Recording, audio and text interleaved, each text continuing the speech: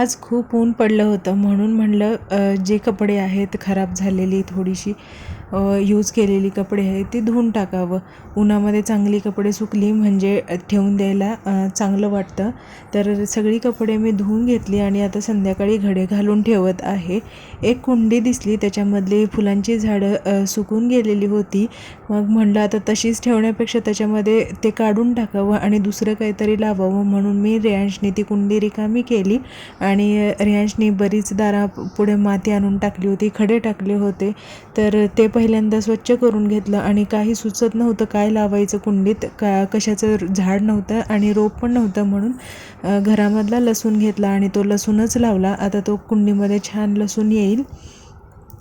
तर संध्याकाळची वेळ झालेली होती. तर रेयांचे पप्पा येण्या अगोदरच कुकर लावून घेतला आणि रेयांसोबत थोडासा टाईम घालवला.